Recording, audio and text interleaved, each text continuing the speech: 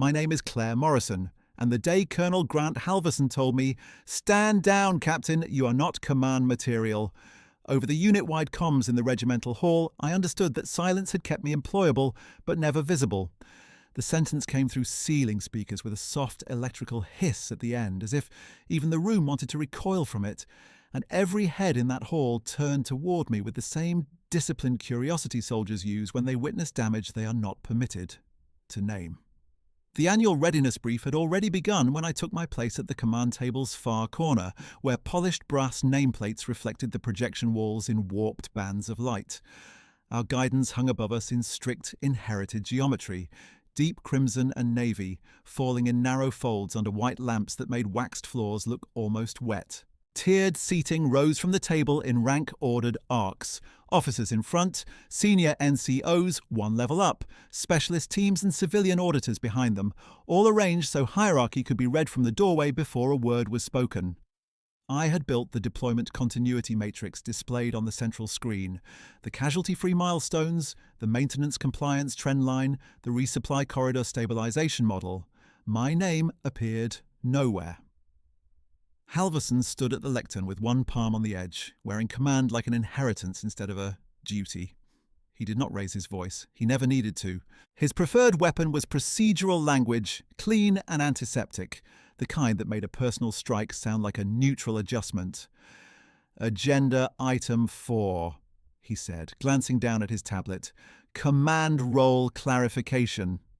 Then he looked at me directly. Not long, just enough for the room to register the target. "Captain Morrison, stand down from acting command effective immediately. Remove your tab and relocate to observer seating. This action addresses repeated overstepping of operational boundaries." For half a second, I watched his words arrive on the side monitors through live transcription, each term formalized before anyone could question it.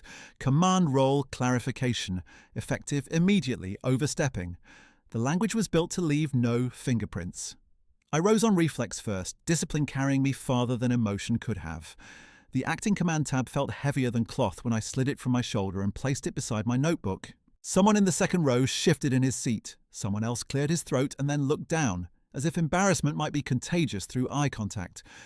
I kept my hands still and said the only line available to me without forfeiting future credibility.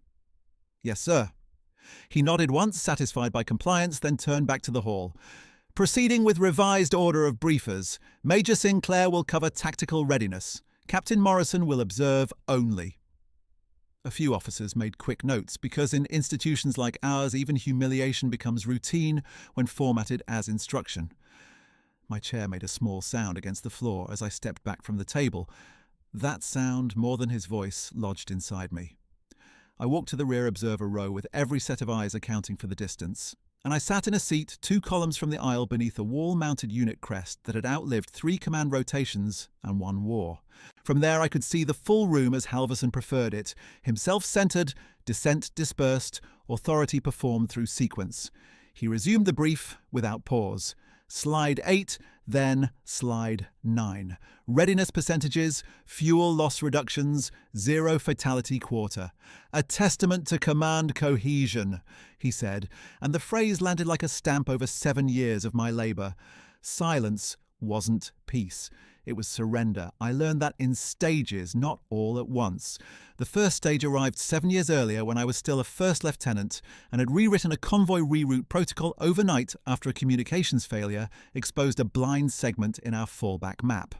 Halverson had sent the revised protocol up chain under his office code and later told me in his careful administrative tone, "You're technically useful, Morrison, but strategically limited. Stay in your lane, and you'll have a long career." He repeated that phrase often enough that others adopted it as consensus. Technically useful, strategically limited, a cage built from compliments. By my 3rd year under his command orbit, exclusions had become ritualized.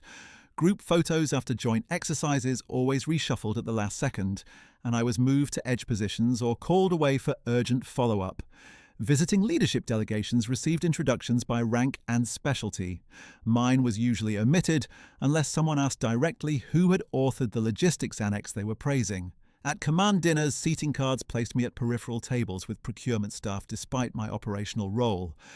I never objected in public because public objection would be filed as temperament, and temperament in women officers still travelled faster than competence.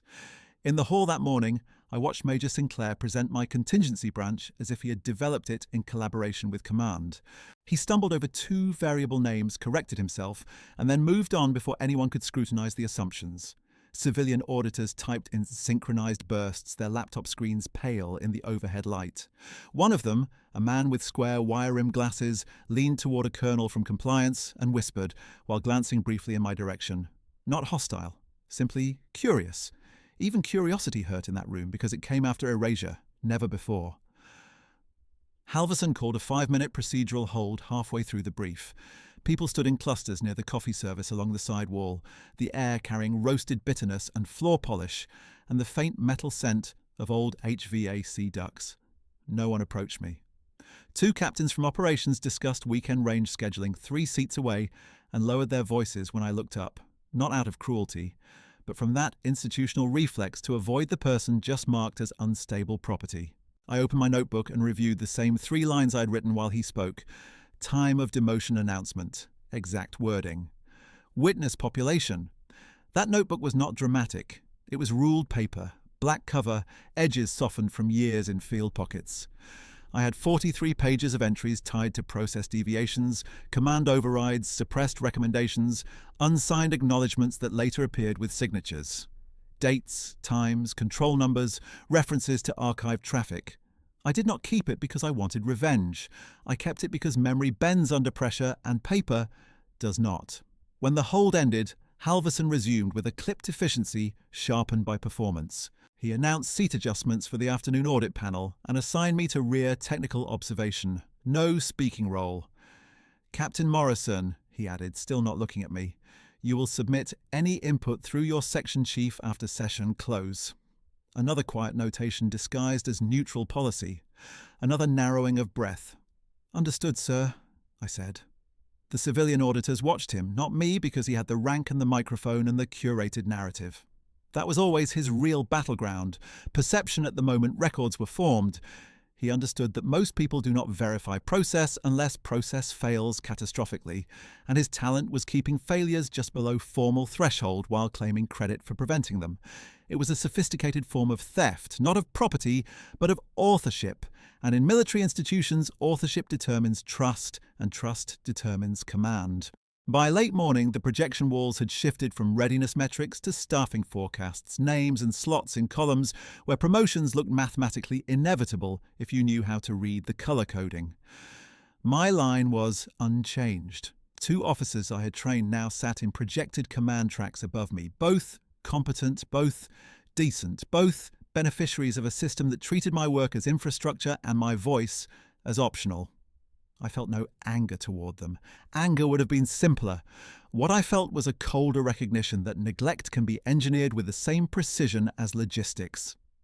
At 11:20, Halverson opened floor questions and immediately redirected the first one away from me, even though it addressed transmission pathway redundancy, my primary lane. Major Sinclair will answer, he said. Sinclair gave a partial response, left out the failover dependency, and moved to close. I could have corrected him. I had the data and the authority on paper, even if not in that room. I stayed silent because timing is a discipline, and undisciplined truth often dies on contact. When dismissal for lunch finally came, chairs scraped backward in staggered waves and rank-determined exit order as naturally as breathing. Halverson remained at the lectern receiving handshakes from visiting officers, his expression warm in the way he reserved for audiences, and one of the auditors thanked him for clarifying accountability lines early. I stood, collected my notebook, and waited until the central aisle thinned. On the projection screen behind him, frozen mid-transition, my own readiness model still glowed in muted blue with the author field cropped out by template settings. That was the moment I recognized the core wound with a clarity I had resisted for years.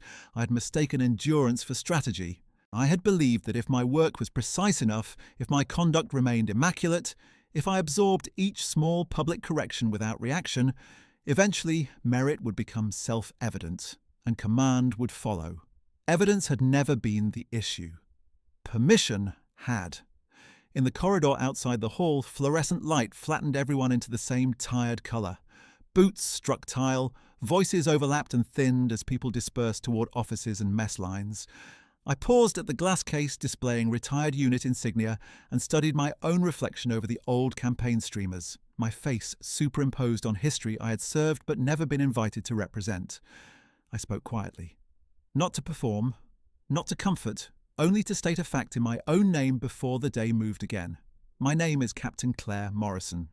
And by noon, I understood that surviving his command had required silence, but surviving myself no longer would.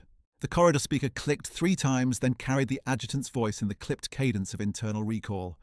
All officers and senior NCOs return to Regimental Hall in 5 minutes for Command Climate Addendum. Civilian auditors remain in place. The words travelled down tile and glass and framed my reflection inside the insignia case like a witness statement. People who had been drifting toward lunch turned without comment and moved back in orderly lanes. I closed my notebook, pressed its spine flat against my palm, and re-entered with the same measured pace I would have used on any inspection day. Inside, the hall felt colder than it had an hour earlier. The projection walls were dark blue now, displaying only the unit crest and a rotating compliance watermark. Coffee cups from the break still sat on side tables, rings of condensation drying into pale circles on black cloth. Halverson stood near the lectern with Major Sinclair and 2 visiting colonels from Division Oversight. His posture relaxed, one hand at his back, as if this gathering were an ordinary correction in workflow. Rank settled into seats by habit. No one asked why we had been called back. I took my assigned chair in the rear observer row. The civilian auditors remained in the middle tier, laptops open, awaiting context. The man with wire-rimmed glasses looked briefly at me again, and then toward Halverson, calibrating where to place attention. In institutions built on chain of command, attention follows authority first and facts later. That ordering had protected him for years. Halverson tapped the microphone once. "This addendum is administrative," he said. "We are documenting command role realignment to preserve audit integrity." He let the phrase sit, procedural and bloodless. There has been some confusion regarding operational decision boundaries in recent weeks. That confusion is now resolved. He turned his head a fraction toward my row and continued without using my name. The officer previously assigned temporary command support will remain in technical observation pending performance review. A few keystrokes sounded from the auditor section. Someone in the front row shifted a binder closed. The hall carried small noises with cruel precision. Then he looked directly at me and made it formal. "Captain Morrison, stand for acknowledgement." I stood. He kept his eyes on the room, not me, and projected his voice into the ceiling speakers as though reading doctrine. "For the record, your removal from acting authority follows repeated lapses in professional judgment and an inability to operate within strategic scope. Do you acknowledge this corrective action? There are insults meant for private damage and insults designed for witnesses. This was the second kind." He needed the room to hear professional judgment and inability attached to my name because narrative set in public hardens into institutional memory. My throat tightened once and released. "I acknowledge receipt of your order, sir." He gave a mild nod, almost paternal. "Noted." Then, to the hall, "Let this serve as a reminder, technical excellence does not equal command competence. We require leaders, not specialists who mistake detail ownership for authority." The line drew a low response from several rows. Not laughter, not agreement, but that restrained murmur people make when they understand they are being taught where status lines are drawn. Major Sinclair kept his expression neutral. One of the visiting colonels folded his hands and watched Halverson with polite detachment, the way senior officers watch subordinates conduct local discipline they do not intend to contest. Halvorsen wasn't finished. "Captain Morrison, relocate to Side Station 3 for documentation support during the afternoon session. No direct floor engagement. Questions route through Major Sinclair. Is that understood?" "Yes, sir." "Louder, Captain, so the room is clear." The request was theatre. Compliance had to be visible. "Yes, sir." "Understood." He resumed as if nothing personal had occurred. "Administrative addendum complete. We break for 30 minutes and reconvene for the live readiness audit at 1300. His microphone cut. Chairs moved. Conversations began in low channels immediately, none directed toward me. I gathered my notebook and crossed the side aisle to Station 3, a narrow desk near the auxiliary display where junior clerks usually sat during hearings. Sergeant First Class Dane, who managed hall operations, set a stack of printed packets in front of me without meeting my eyes. "Colonel's direction," he said. "Distribution at re-entry. 1 packet per principal, 2 for auditors." His voice carried apology he could not afford to articulate. "Understood," I said, and arranged the packets by sequence number. My hands were steady. My jaw was not. Across the hall, Halverson received 2 officers from Logistics Command with practiced warmth. I caught pieces of his introductions while I sorted papers. Major Sinclair, my tactical lead. Lieutenant Colonel Voss, excellent under pressure. When he reached the edge of his group, his gaze passed over me as if I were furniture, then moved on to the next. Hand to shake. The exclusion was cleaner than an insult and more deliberate. At 12:48, people filtered back in. I stood at Station 3 and handed out packets as ranks approached. Most accepted them with quick nods and minimal eye contact. One captain from Communications, Reeves, paused long enough to say under his breath, "This should have stayed internal." Not support, not condemnation, simply institutional discomfort, the reflex to blame disruption rather than misconduct. "It is internal," I said quietly. "That is the problem." He held my gaze for 1 second, then moved on. By 1300, the hall was full again. The auxiliary cameras were active for audit recording. Red indicators glowed along the rear wall. Halverson opened session with formal roll call, then moved directly into operational risk posture.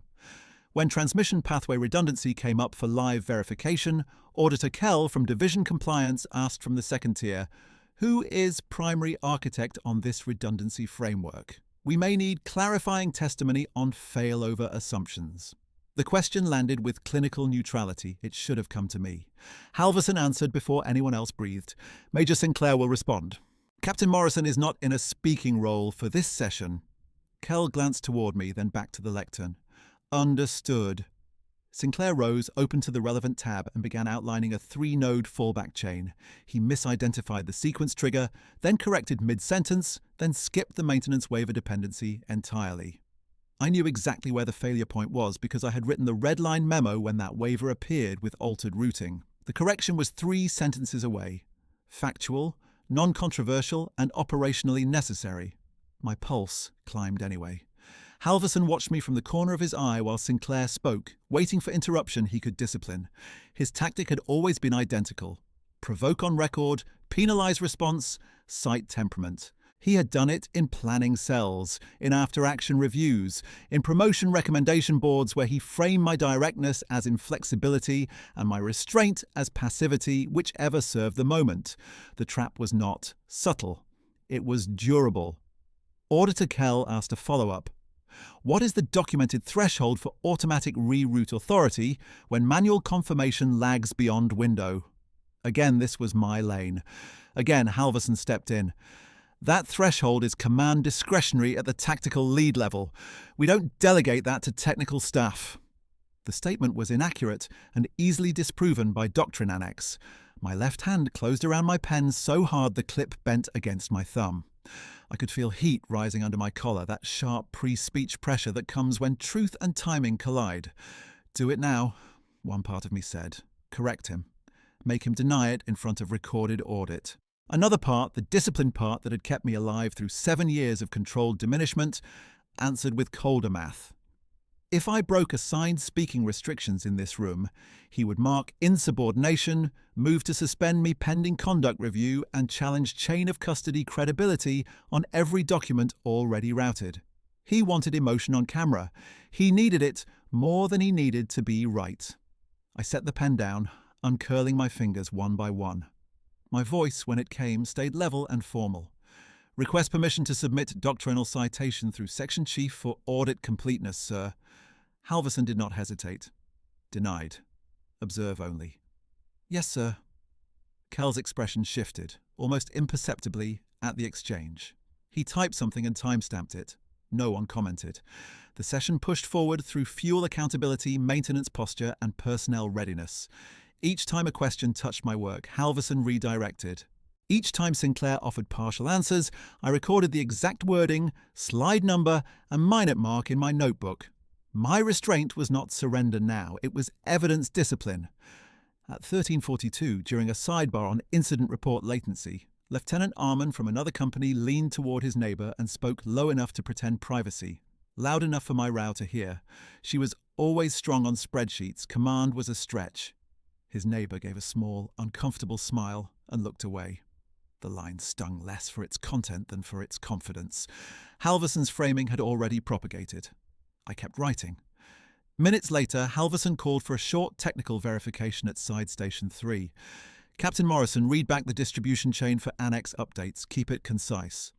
I stood, document in hand. Annex updates route through Operations Legal Desk, Compliance Control, and Command Authentication in that order, sir. He tilted his head. Incorrect by omission. You neglected discretionary hold authority. That is precisely the boundary confusion under review. The statement was false. Discretionary hold authority required legal notice for risk-classified annexes, and he knew it. He had signed the notice matrix himself 3 weeks earlier. Every face in the hall turned toward me again, the same disciplined curiosity from morning, now sharpened by anticipation. This was the moment he wanted. Public correction, visible frustration, rank-backed closure. I met his eyes and kept my tone flat. Noted, sir. I will defer to your guidance for this session. The silence after that line was brief but total. Halverson gave a curt nod, satisfied he had retained centre stage, and waved me back to my seat. Proceed. I sat. My heartbeat was loud enough to feel in my wrists.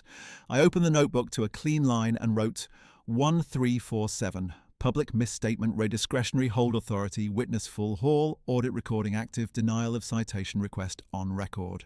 By the first week of October, I had learned that composure under humiliation is not passivity when it is paired with documentation, sequence, and lawful roting.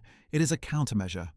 The audit continued until the wall clock reached 14:10 and the overhead lights dimmed 1 increment for projection contrast. Halverson moved to closing remarks about command clarity and institutional standards, his voice smooth, his narrative intact for the moment. I remained inside Station 3 with my shoulders square, my notebook open and my temper under lock, because he had taken my tab in front of the unit, but he had not taken the record, and the record was the only witness that never blinked. Halverson ended the session with a line about institutional discipline, the kind that sounded carved in stone until you checked who had been buried under it, and the room answered with the formal rustle of binders closing in rank order. He did not look at me when he said, "Command depends on clarity," but he angled his body toward my side of the hall as if clarity required a witness. Then the microphones cut, chairs pushed back, and the unit dissolved into controlled motion while I remained at Side Station 3, collating packets no one would remember receiving. Sergeant First Class Dane approached with a clipboard tucked against his chest. "Captain, Colonel's direction. You'll reconcile transcript flags with recording timestamps before end of duty day. Location? Records Office B, Lower Administrative Wing." He paused, then added in a lower voice, "He wants it done by you, personally." Of course he did. Reconciliation work looked clerical from a distance, and distance was where Halverson preferred me. I gathered my notebook, the bent pen clip still pressed flat against metal, and followed the side corridor out of the hall. Fluorescent strips hummed overhead. The walls shifted from ceremonial wood panelling to painted cinder block halfway down the passage, and with that shift the building stopped pretending to be noble and returned to what it really was, a machine for records, movement, and obedience. Boots echoed ahead of me, then faded as officers peeled off toward offices with windows and doors that closed softly. Records Office B sat near supply intake, where doors slammed and no one confused labour with authority. Dane keyed me in and left without ceremony. The room smelled of toner, old paper, and the metallic dust of ventilation grates that had never been fully cleaned. 2 terminals glowed on standby. One wall held boxed archives labelled by quarter, year, and exercise code. Another wall held framed photographs from command rotations, polished monthly, faces frozen in orderly pride. I had been present for 9 of the 12 photos. I appeared in one, third row edge, half-shadowed, nameplate too small to read. I set the audit packets down and began matching spoken statements to transcript lines. Minute mark, speaker, claim, supporting annex, discrepancy notation. It was meticulous work and the precision steadied me, but the photographs were in my peripheral vision, and peripheral things can cut deeper than direct blows. 5 years earlier, in this same room, I had stood beside a folding table covered in deployment binders when Halverson walked in with a visiting brigadier from Logistics Command. I had spent 2 weeks building the contingency matrix that prevented our fuel corridor from collapsing during storm season. The brigadier tapped a chart and said, "Who designed this branch logic?" Halverson did not hesitate. My operations cell put it together. I had still had a pen in my hand from markup review. He looked at me then, just long enough to issue a private instruction in a public tone. "Captain Morrison supports documentation integrity. She keeps us organised. Supports documentation integrity. Keeps us organised." I remember the exact cadence because it converted authorship into secretarial labour with one polished sentence, and the brigadier nodded as if the matter were settled by grammar alone. After they left, I asked for correction in the after-action attribution line. Halverson turned a page, kept his voice mild, and said, "You are young enough to confuse contribution with ownership. Learn the difference." By 14:30 that afternoon in the present, I had flagged 12 discrepancies from the audit session and cross-referenced 8 with doctrine extracts that had never been requested on record. My wrists ached. I welcomed the ache. Another photo caught my eye while the printer warmed. A command dinner from 3 years prior, white tablecloths and silver service under chandelier light at Division Club. Everyone arranged by rank and spouse. My seating card had been changed twice before doors opened. The final card placed me at a side table near procurement contractors, who spent most of the evening discussing vendor lead times. When I approached the main table to deliver an updated weather contingency packet, Halverson had accepted it without introducing me to the deputy commander standing at his shoulder. The deputy asked, "Who has been running your continuity drafts? They're unusually clean." Halverson smiled without turning. "We have capable staff." I was still within arm's reach. He spoke as if I were not. Later that same night, in the parking lot under sodium lights, Captain Reeves, then a lieutenant, had offered a strained apology on behalf of no one in particular. "It's politics, Claire. He's protecting lines." "Lines of what?" He stared at the asphalt. "Visibility. That was the taxonomy of my career under Halverson. Do the work, lose the line of sight, remain useful." The terminal pinged a completion tone and pulled me back. I reviewed transcript segment 13. Auditor Kell requesting doctrinal threshold, Halverson denying delegation to technical staff, my request to submit citation, his denial. Everything time-stamped, everything clean. I printed 2 reconciliation copies and initialed each page with the same controlled pressure. At 14:58, Major Sinclair entered without knocking, carrying the posture of a man who had learned to survive by standing 1/2 step behind power. He watched me stack the pages and said, "Colonel wants summary language adjusted. Use context-dependent variants instead of statement conflict." "I can't do that." He leaned against the doorframe, not aggressive, merely tired. "You can. It's interpretive." "It is not interpretive when doctrine text is explicit." A muscle moved once in his jaw. "You're making this harder than it needs to be." I turned the top page toward him and pointed to the line. "This record is discoverable if compliance opens a formal review. If I alter characterization now, I own the alteration." He studied me for a long second, then looked at the photographs instead of the document. "You think the institution rewards purity. It rewards alignment." "Alignment with what?" "With continuity of command." His voice thinned at the edges. "Just file it the way he asked." "No." For the first time all day, silence in the room did not feel like surrender. It felt like a line held. Sinclair straightened, took 1 copy of the unrevised reconciliation packet and said, "Then route it through legal desk yourself. Don't copy me on the transmittal." "That is your choice, Major." He gave a brief, unreadable nod and left. The door clicked shut with more force than necessary. I stood still until his footsteps disappeared down the corridor. Then I opened my notebook and added a new entry. 1504. Requested language manipulation by Major Sinclair. Declined. Witness none. Action route direct legal/compliance. The ink dried before my pulse settled. This was not the first time silence had been misread as agreement, and it was not the first time refusal had been framed as disloyalty. 2 years earlier, during promotion calibration, Halverson had reviewed candidate files in Conference Room C while section heads waited along the side wall. My file had strong marks: readiness architecture, incident prevention metrics, cross-unit training outcomes. When my name came up, he tapped the page twice and told the board, "Captain Morrison is reliable in technical domains, but not yet suited for broad command trust." One board member asked, "Specific deficiencies?" Halverson answered with practiced regret, "Judgment under ambiguity. She over-indexes on procedure. No counselling memo existed for that claim. No adverse evaluations supported it." The phrase sat in the room anyway, smooth and undefended, and everyone understood the message. Not now, maybe never. That board advanced 2 officers I had trained in continuity modelling. I congratulated both. I meant it. Competence in others did not injure me. Erasure did. By the second week of November that year, I had stopped asking for verbal credit and started archiving source drafts with time-stamped metadata in a private compliance folder permitted under records policy.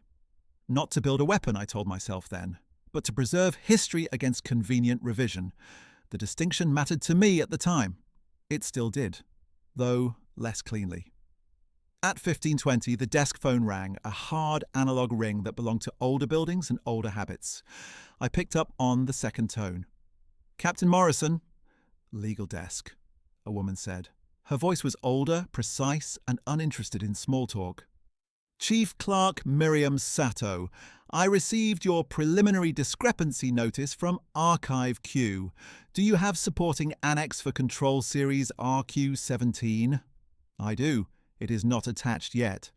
"Attach nothing by standard Q. Bring hard copy to my office. Hand transfer only." I glanced at the closed door, then at the photographs, then back to the files in front of me. "Reason for hand transfer? Chain integrity and signature verification." A beat of silence. "And Captain, do not leave that annex unsecured. Not for a minute." "I understand. I am in Legal Suite 2, Room 214. Come directly." The line went dead. I locked the reconciliation packets in the cabinet, signed out the key, and carried my notebook and credentials down to Records Vault C, where restricted annexes were held in tamper-evident sleeves inside grey steel drawers. The clerk on duty scanned my badge and passed me a retrieval tablet. Control number: RQ-17-A through F. His eyes lifted briefly, surprised at the range. "That series is command authenticated." "I know." He opened the drawer and placed a sealed envelope on the counter, heavy cream stock with a red diagonal stripe and custody blocks already half filled by prior hands.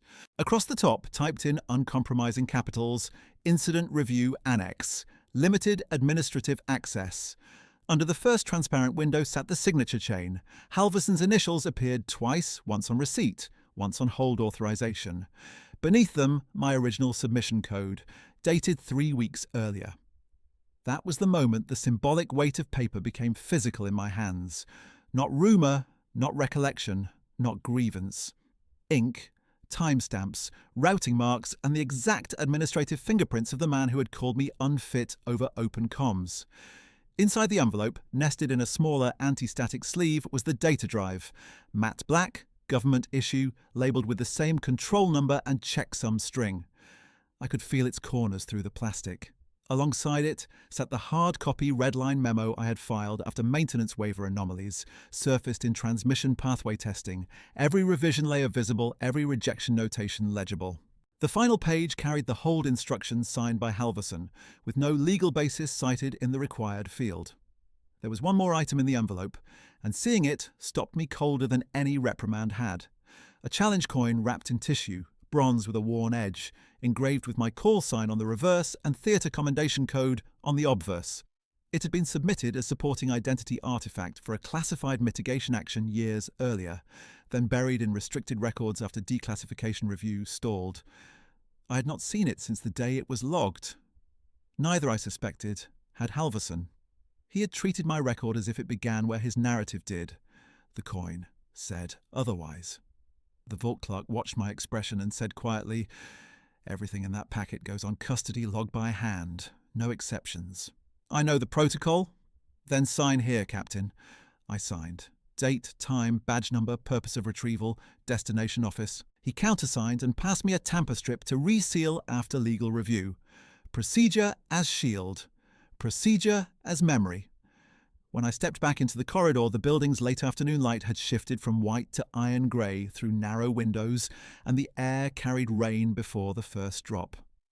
I held the envelope close against my side, not from fear it would be taken in broad daylight, but because for 7 years I had carried pieces of truth in fragments, and this was the first time the full chain sat in one place, intact, signed, undeniable. At Legal Suite 2, Chief Clerk Sato met me at the threshold before I could knock. She was in her 60s, silver hair pinned tight, reading glasses hanging on a cord that looked older than most lieutenants in the building. She did not offer pleasantries. She held out both hands for the envelope, checked the custody blocks and said, "Good. You kept it sealed. I brought reconciliation summaries as well. Set them there." She indicated a steel table under bright task lighting. "We will scan, hash verify, and generate duplicate media for statutory recipients. You will witness every step."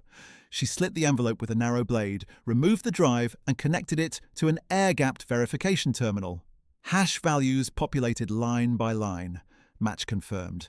Then she laid the hard copy annex flat and turned pages with gloved fingertips, pausing at Halverson's hold signature. "Did he provide legal notice for this hold?" she asked. "No." "Did you request release through command channel?" "Twice. Denied both times without cited authority." She marked the margin with a yellow tab and looked up at me over the rim of her glasses. "Captain Morrison, from this point forward you do not discuss this packet in hallways, not with peers, not with section heads. If anyone asks, you refer them to legal desk." "Understood." She reached back into the envelope, unwrapped the challenge coin, and read the engraving. Her brows lifted a fraction. "I wondered when this would resurface." "You recognize the code?" "I processed the declassification intake myself." She set the coin beside the annex as if placing a witness on the record. "People forget clerks see the whole institution just from lower chairs." For the first time that day, something like steadiness moved through me that had nothing to do with endurance. Not relief, not triumph. Recognition of alignment between fact and process, and the narrow corridor where dignity can survive both. Sato printed 3 transmittal receipts, each with destination blocks, convening authority, division compliance, and JAG review. She signed first, then slid the forms toward me. "Sign as originating officer." I signed all 3. At 1642, she sealed duplicate media into numbered evidence sleeves and locked them in outgoing case pouches for courier pickup at 1700. She kept the original drive in Legal Safe B under dual-key custody and noted the challenge coin as corroborating artifact pending relevance determination. Every item accounted for, every movement documented. When I stepped back into the corridor with my copy of the receipt packet and my notebook under my arm, thunder rolled somewhere beyond the admin wing, low and distant, and the overhead lights flickered once before stabilizing. I did not feel vindicated, I felt accurate, and after years of being translated into lesser language, accuracy was its own form of breath. The lights steadied, and I kept walking, receipt packet dry under my arm while rain began to tap against the narrow windows of the admin wing. At the end of the corridor, Sergeant First Class Dane waited beside the security door that led back toward the regimental hall, one hand on his radio, posture rigid in the way men stand when they have been told to deliver a message they do not respect. He glanced at the legal envelope in my hand, then at my face. "Colonel's looking for you," he said. "Location?" "Command anteroom." He asked for immediate. I nodded once and followed him through the door. The hall noise reached us in layers before we stepped into it. Muffled voices, binder rings opening, the soft feedback of a microphone being tested. The annual brief had shifted into evening command sync, less ceremonial and more predatory, the phase where staffing decisions were framed as routine and entered into systems before anyone had time to contest the language. Officers clustered in arcs near the central table. Civilian auditors had not left. Their laptops were still open, power cables trailing down the risers like taut lines. Halvorsen stood at the front in shirt sleeves now, jacket off, command tabs bright against pressed fabric. Major Sinclair was on his right, Lieutenant Colonel Voss on his left, and 2 company commanders filled the outer edge of the semicircle. My chair from the morning was gone. In its place sat a portable stenography station with a narrow stool and no nameplate. Halverson saw me approach and lifted 2 fingers toward the stool as if assigning equipment. "Captain Morrison, you'll record tonight's sync minutes. Verbatim capture, distribution draft by 1900. The room went quiet enough to hear rain strike the high clerestory panes. "Sir," I said, "I am currently under legal transfer protocol for annex routing.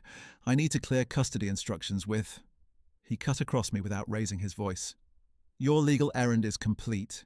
You are now on administrative support. Sit."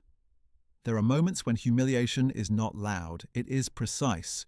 A captain placed on a stool at the edge of her own operational theatre, tasked to transcribe decisions from which she had been excluded in front of every officer who understood exactly what that meant.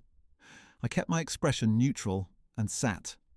Halverson turned back to the group and resumed as if he had corrected a projector setting.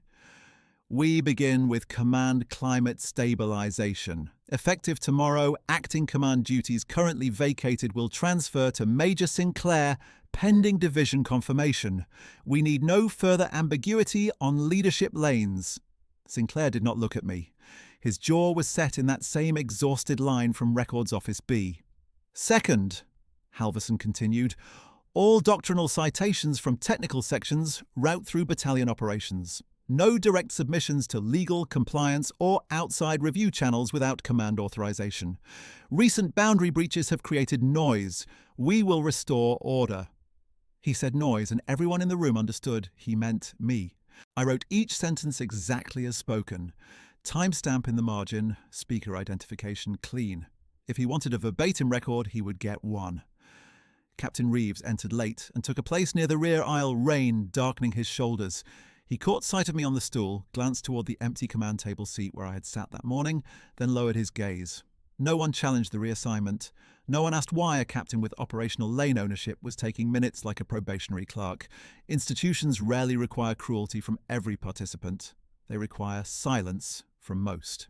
At 17:03, Halverson ordered seating for the closed sync.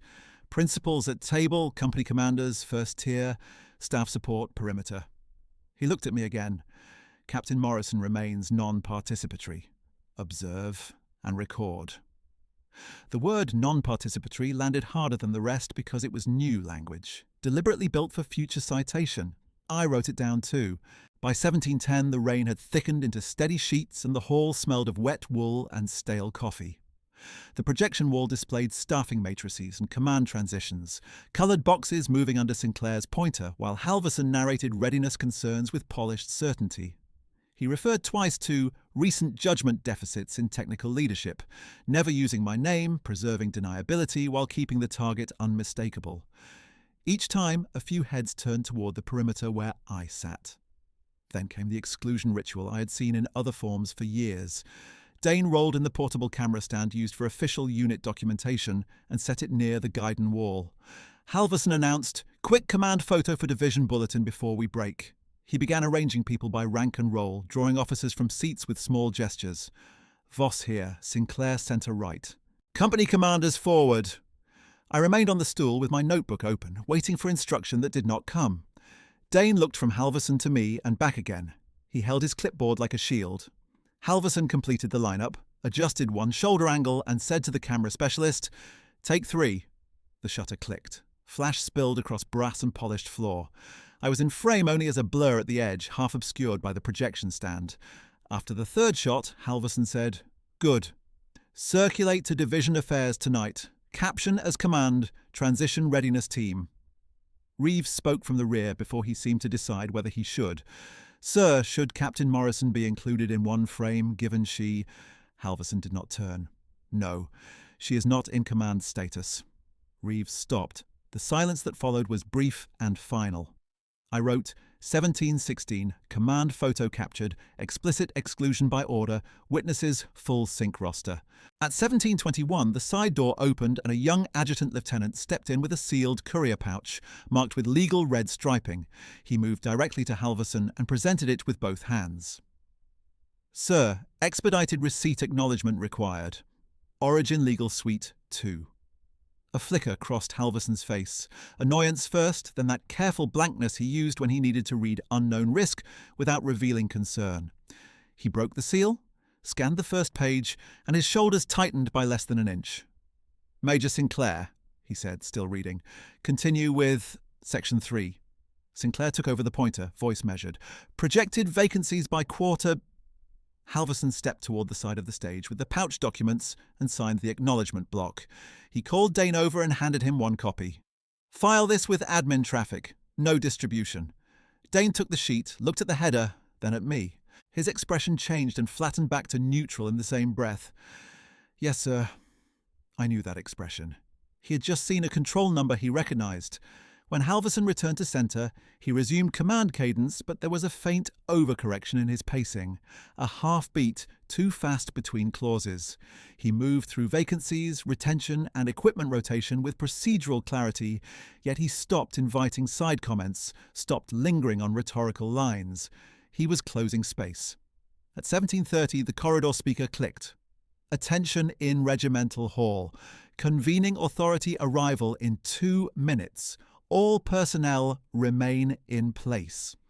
The announcement snapped every spine straighter. Halverson looked toward the rear doors, brows narrowing once. A convening authority did not arrive unannounced during battalion sync unless process had already moved above local command. Rain thudded against the windows. No one spoke. The double doors opened at 17:32. Brigadier General Eleanor Ward entered with 2 JAG officers, a civilian legal specialist carrying a case binder, and a security NCO, who took position just inside the threshold. Ward's uniform was immaculate despite the weather, dark fabric carrying faint droplets that shone under the hall lights. She did not perform arrival theatre. She walked to the centre aisle, accepted a microphone from Dane, and waited until every rustle had died. "Remain seated," she said. Her voice was calm, low, and absolute. "This is a compliance intervention under division authority." Halverson stepped forward from the lectern. "General Ward, if I had notice, I would have prepared the room." Ward's gaze settled on him without warmth. "You had notice. Legal sent acknowledgement at 17:21. A visible ripple moved through the first tier. Ward turned to the civilian specialist, who opened the binder to a flagged page and handed it to her. She read one line, then looked up. Control Series RQ-17 Annex, with associated media and corroborating artifact, has been hash verified by Legal Suite 2 and receipted to this office. Captain Claire Morrison is listed as originating officer and primary author of pre-incident mitigation plan, meeting theatre standard. The sentence changed the oxygen in the room. For 1 second, no one moved. Then heads turned toward me in a single, uncoordinated wave. Officers, auditors, clerks, every rank that had watched me stripped and sidelined in the same hall. I remained on the stool, notebook in hand, suddenly conspicuous in a different register. Halverson recovered first. "General, with respect, that annex was under discretionary hold pending command review. Its context is not appropriate for open-floor interpretation." Ward did not raise her voice. "Your discretionary hold lacked required legal basis. That finding is documented. You may submit written response through counsel." He opened his mouth, closed it, then tried again with procedural force.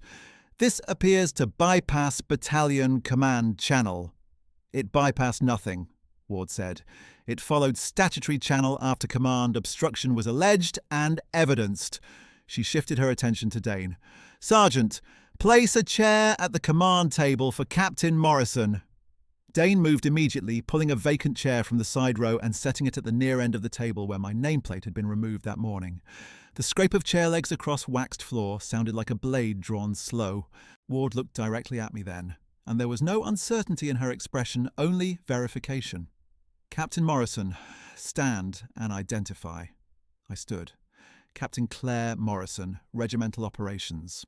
Ward nodded once. "State whether the red-lined risk memo in RQ-17, pages 12 through 19, was authored and submitted by you on original date stamp."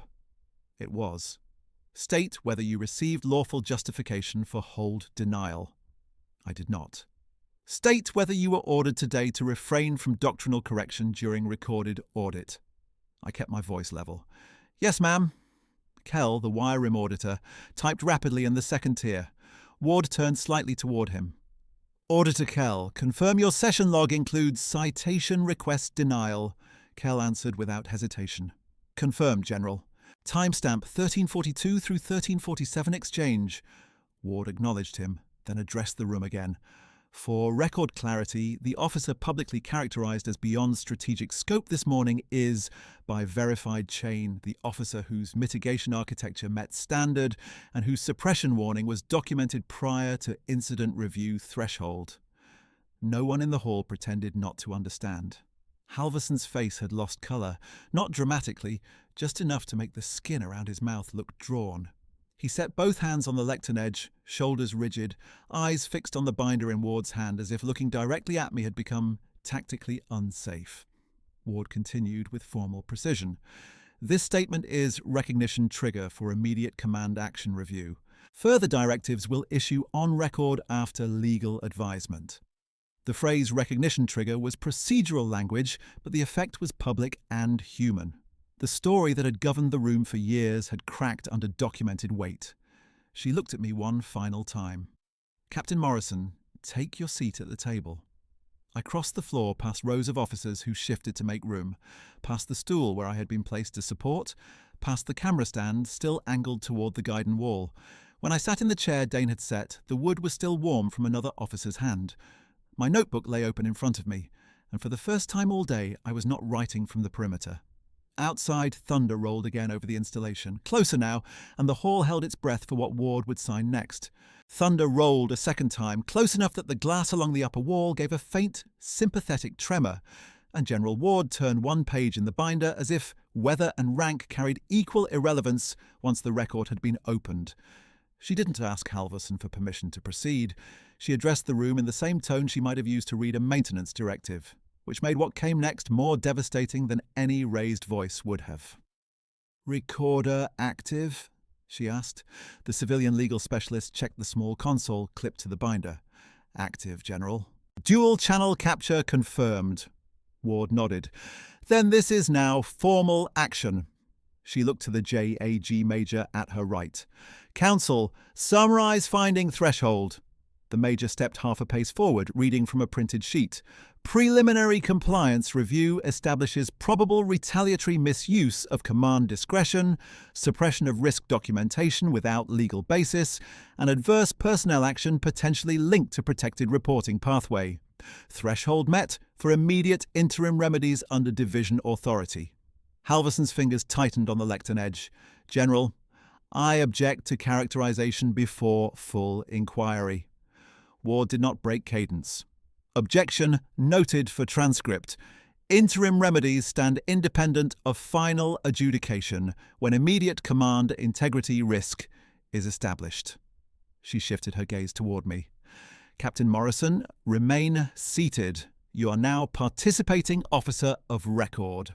Those words did not feel triumphant. They felt structural, like a load-bearing wall set back into place after years of stress fractures. Around me, chairs settled as officers adjusted posture without seeming to move. The auditors in the second tier watched with sharp, newly visible attention. Kell's hands were still over his keyboard, waiting. Ward extended her hand. The civilian specialist passed her a thin document packet with 3 flagged tabs. She lifted the first page so the front row and both cameras could capture the header. "Interim Command Correction Order, Division Form D1187. She read aloud, each clause clipped and exact. Item 1. The demotion equivalent action announced at 0902 against Captain Claire Morrison is vacated pending full review, effective immediately for procedural defect and evidentiary conflict. Item 2. Captain Morrison's acting command authority is reinstated pending ratification conference, effective upon this reading.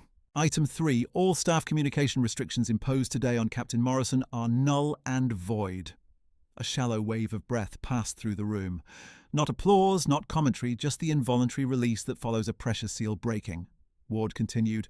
Item 4. All records generated during today's readiness brief and sync are preserved under legal hold. No edits, no redactions, no delayed uploads. Sergeant Dane, acknowledge. Dane stood at parade rest beside the aisle. Acknowledged, ma'am. Item 5. Command access controls are modified as follows. She turned to the security NCO at the door. Colonel Grant Halverson is relieved of direct supervisory authority over this unit pending transfer execution. He is restricted from issuing personnel directives, amending evaluations, or accessing restricted operational archives without counsel present. Effective now. For the first time in 7 years under his command, I watched Grant Halverson lose the centre of a room in real time. He straightened, attempting procedural ground. General, relief pending transfer is a disproportionate interim step, absent completed board findings. Ward looked at him then, fully, and answered in a voice that never rose. Colonel, your argument presumes discretionary trust remains intact. The documents do not support that presumption. The JAG captain to her left placed a second form on the command table and rotated it toward Ward for signature.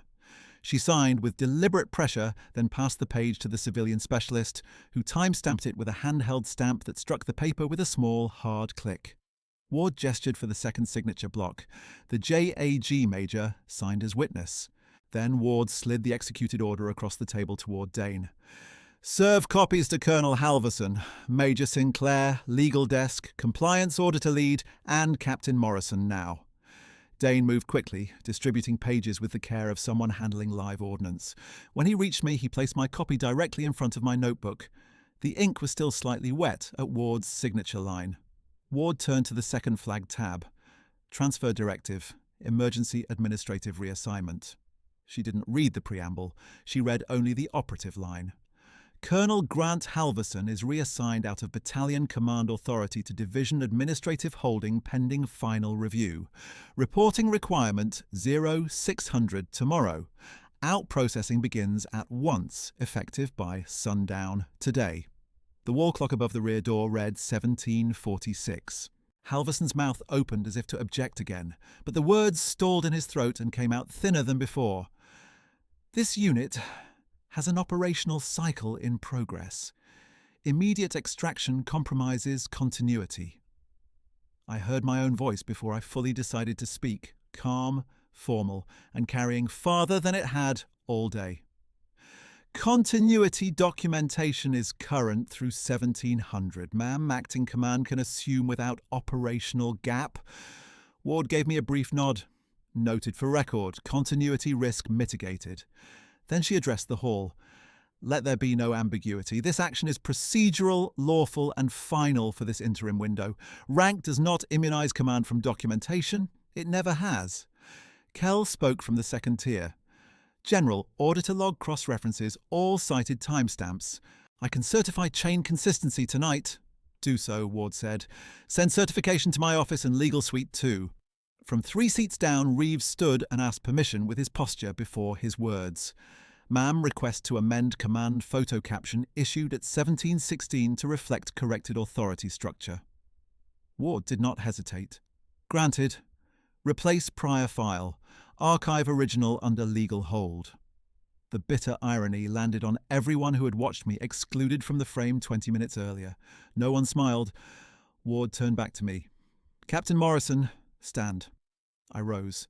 She held my eyes for a measured second. Do you accept reinstated acting command under these conditions? I do, ma'am. Then take operational lead for this room. She stepped back from the centre aisle and angled one hand toward the lectern. Proceed with continuity directives. The walk from my chair to the lectern was not long, but each step crossed a geography that had governed me for years. Rear observer row, side station, peripheral stool, omitted introductions, coded diminishment, a career filtered through someone else's language.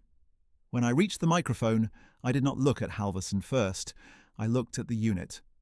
By order of division authority, I said, all sections will maintain current readiness posture. No independent data purges, no revised narrative summaries, upload raw materials to preserved archive channel by 1900.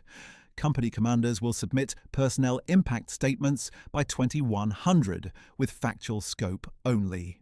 Questions route through legal and acting command jointly. My voice held. The room answered with a chorus of, yes, ma'am, uneven but unmistakable. I turned then, finally, toward Halverson. Colonel, per sign directive, your active command functions are suspended. Security will facilitate document handoff and office access inventory. His face had gone markedly pale under the hall lights, a drained grey at the temples that made him look older by a decade. He reached for the lectern as if it were still his anchor and said carefully, "Captain Morrison, you are overextending interim language."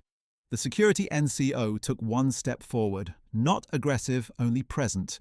Ward intervened before I needed to. "Colonel, that instruction came from me. Do not relitigate in this room." He swallowed once. No reply followed. The second beat of the reversal came not in speech, but in choreography. People who had oriented their bodies toward him all day began, by increments, to orient toward the table where Ward stood and where I now held the lectern. Sinclair remained rigid in his seat, eyes fixed on the transfer form in front of him. Voss removed his glasses, polished them with unnecessary precision, and avoided everyone's gaze. Two company commanders exchanged a brief look that carried both shock and calculation, then opened their tablets and began following my directives. Ward signed the final page in the transfer packet at 17:53. The timestamp stamp fell again, small and absolute. She handed the signed set to the JAG Major, who checked each block and said, "Execution complete. Pending service acknowledgement." Dane brought the acknowledgement sheet to Halverson with a pen. "Sir, receipt required." Halverson stared at the line for several seconds. The hall was silent enough to hear rainwater moving through an external downspout. At last he took the pen and I saw, unmistakably, that his hand was trembling. He began to sign, stopped, reset the pen point and signed again with a jagged stroke that looked nothing like his usual controlled script. "Received under protest," he said, voice roughened. The JAG captain answered without inflection. "Protest noted. Receipt valid." Halverson set the pen down too hard. It rolled once and tapped against the table edge. No one reached to stop it. He looked towards Sinclair, perhaps expecting intervention, corroboration, a procedural bridge from someone who had stood beside him all day. Sinclair kept his eyes lowered and said nothing. Whatever meaningful look had passed between them across years of alignment paid out in that silence and ended there. Ward gave the final instruction set in rapid sequence. "Security escorts Colonel Halverson to command office for inventory. Access badge downgraded upon exit. Communications administrator suspends his authorization profile by 1830. Legal preserves all correspondence from previous 30 days. Chief Clerk Sato receives custody confirmation tonight." Each name and task struck like a lock turning. Halverson attempted one last appeal, and now the destabilization was fully visible. His voice caught on the first word. "General, this is unnecessary spectacle." Ward's answer was quiet. "No, Colonel, the spectacle happened at 09:02 over open comms. This is correction." He looked away first. By 18:01, he was no longer at the center table. Security stood on either side at respectful distance, while he collected his folder, his jacket, and the command tablet that would be surrendered at access control. He moved with rigid dignity, but the room had already reclassified him. Conversations did not restart around him. No one sought his eye. Even those who had echoed his phrases for years sat very still, as if motion itself might be interpreted as allegiance. As he passed the lectern, he paused near enough that only I could hear him. "You think this makes you safe?" I kept my gaze forward on the hall. "No, sir. I think it makes the record visible." He held there for a fraction, then walked on. The double doors closed behind him at 18:04 with a muted hydraulic hush, and the sound carried farther in the room than any shout could have. The unit remained silent for 3 full breaths after his exit, the kind of silence that follows impact when everyone is recalculating what authority means now that the old script has failed in public. Ward turned to me one final time before stepping back toward the aisle. "Captain Morrison, retain the floor." I inclined my head. "Yes, ma'am." When she departed with JAG and the civilian specialist, the rain had eased from hard sheets to a steady fine strike on glass. I looked over the same faces that had watched me removed, corrected, and sidelined since morning, and I understood with a clarity that did not require emotion. His power had depended on uninterrupted narrative, and tonight that narrative had been signed out of command. "Then we continue," I said into the microphone, and my own voice sounded different to me, not louder, not harder, only unborrowed. Major Sinclair, take Continuity Section Alpha with Captain Reeves as secondary reviewer. Lieutenant Colonel Voss, you will supervise archive upload compliance with Auditor Kell observing. Sergeant First Class Dane, confirm access control downgrade execution and return with signed log. Chairs moved at once. The room that had frozen around Halverson's authority now moved on, tasking alone, and the distinction mattered more than any speech. Rain traced silver lines down the high panes. The guidons barely stirred in recycled air. I stepped down from the lectern and took the centre table seat Ward had ordered restored. My copy of the D1187 order lay beside my notebook, ink dry now, edges already softening under use. I opened to a fresh page and wrote a new line in block letters. 1810, acting command resumed by signed division order, witnesses full hall. Kell approached first, laptop under one arm. Captain, compliance callback, he said, formal even in fatigue. Certification drafted. I need one confirmation for closure language. At 1342, when doctrinal citation was denied, were you acting in your designated specialty lane? Yes, I said. Transmission pathway redundancy. Primary architect of record, he typed without looking up. That aligns with annex authorship. I will mark the denial as material to audit integrity. Thank you for recording it accurately. He gave one short nod. Accuracy is the only reason I'm here. When he returned to his tier, Captain Reeves came to the table with a tablet and a paper release form. The same officer who had gone quiet in the afternoon now stood squarely in front of me, eyes steady. Public Affairs Server still has the 1716 photo captioned Command Transition Readiness Team, he said. I have replacement language ready under legal hold instruction. Need acting command approval. Read it, he glanced down. Readiness Continuity Team under Interim Division Authority. Personnel listing adjusted per formal action 1753. Add one line, I said. Archive original image and caption as restricted legal exhibit. No deletion. Yes, ma'am. He hesitated, then lowered his voice. For what it is worth, I should have spoken earlier. I signed the release form. Earlier would have been easier for you, not safer for me. Do the correction now. He accepted that without defence. Understood. By 1822, Dane returned from access control with a sealed, transparent sleeve containing 3 items. Halverson's deactivated command badge, his command tablet surrender receipt, and the signed escort log. Dane placed them on the table as if setting down evidence in court. Execution complete, ma'am, he said. Badge downgrade at 1817. Tablet transferred to Communications Administrator at 1819. Office inventory witness list attached. I checked each page. The signatures were clean, including Halverson's protest notation again, jagged in the same place where his hand had shaken. Any incident at the office? No, ma'am. He requested to retain personal frame certificates and 1 private photo. Security cleared, both. Logged? Logged. I initialed the receipt block and handed him 1 copy. He did not move away immediately. In the side session, he said quietly. When that legal pouch came in, I saw RQ17 on the header. I knew it wasn't routine traffic. I should have said something sooner than I did. I met his eyes. You followed the order in front of you and preserved the paper in your hand. Tonight, that mattered. Keep doing that. He exhaled once, a contained release, and returned to his post. At 1830, the corridor clock struck the half hour and the overhead lights shifted to evening setting, softer over the rear tiers, bright at the table. Sinclair approached with a thin folder and stood at attention without being asked. Captain, he said, voice formal, Section Alpha upload is complete. I have a supplemental statement if legal requests witness affidavits. Read it to me. He opened the folder. At 1504 in Records Office B, I instructed Captain Morrison to alter reconciliation language from statement conflict to context-dependent variance. Captain Morrison refused. My instruction was improper. The sentence landed between us like metal on glass. Sign and date, I said. Route original to Legal Suite 2, copy to compliance. He signed, date-stamped, and slid the page forward.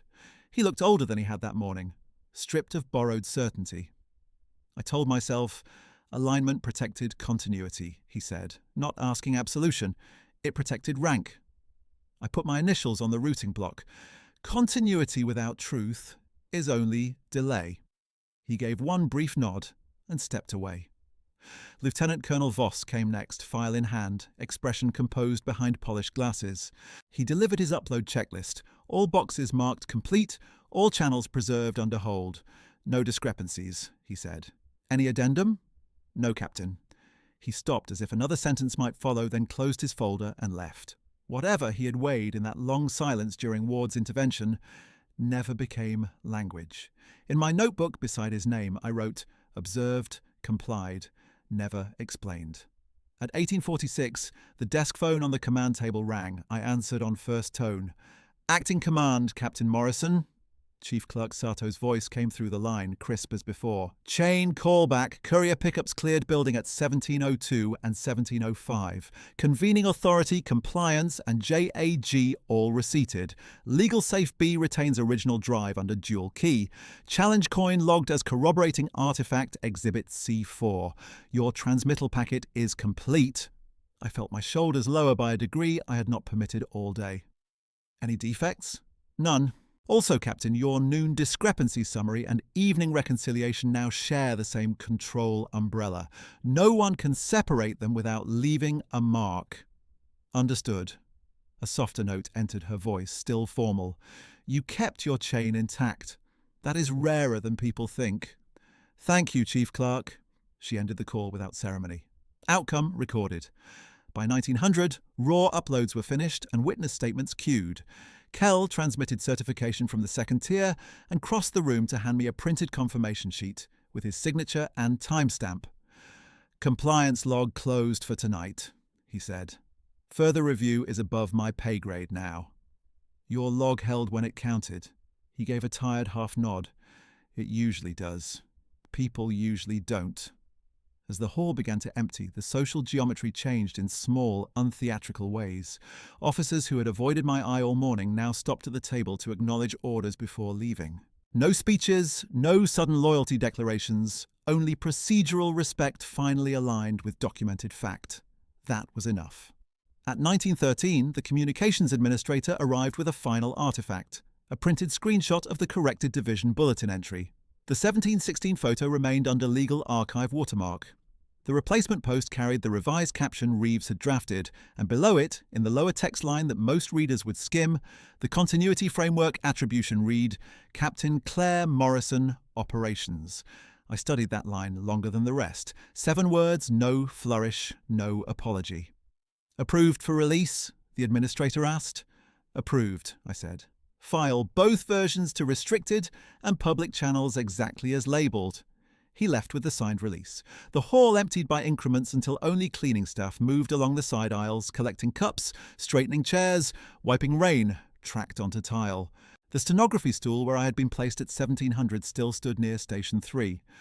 I walked to it, lifted it by the back rung and carried it to storage myself. Not discarded, not kicked aside, only returned to where support equipment belonged. Then I went back to the table and closed my notebook. At 1938, with the last checklist complete, I secured physical items in sequence. My notebook went into records pouch A with a copy request tag for legal, D-1187, and transfer execution copies went into command safe drawer 2 under new access code issued by Ward's office. Dane witnessed both deposits and signed the custody line. Every object that had carried weight that day ended the evening in a named place with a traceable chain. When we stepped out of the regimental hall, the rain had passed. The sky above the motor pool was hammered steel, dark and clean-edged, with a narrow break of lighter grey over the western fence line. Water dripped from gutter seams in steady intervals. Somewhere behind us, a door latch clicked shut on delayed hydraulics, the same soft sound that had followed Halverson's exit. Reeves paused beside the steps as if considering one more apology, then chose the better option and simply said, "Orders for 0600? Standard readiness posture, I said. No compensatory theatre. We do the work. Yes, ma'am. He left at once. Dane remained one pace behind until we reached the walkway split. Ma'am, he said, for what it's worth, the room heard you tonight. I looked back once at the high windows of the hall, reflections hiding the interior now. The room heard the record, I said. That is enough. He saluted, informal but exact, and turned toward admin wing. I stood alone under the cold night air and let the day settle into its true shape. No explosion, no triumphant crowd, no borrowed validation from the man who had spent years naming my limits, as if he owned the language of command. The reversal had been smaller and stronger than that. Documents routed lawfully, lies pinned to timestamps, authority corrected in the same room where it had been abused, every witness still seated. My name is Captain Claire Morrison. Silence was never peace. It was the price of surviving his command, and by nightfall it became my weapon no longer.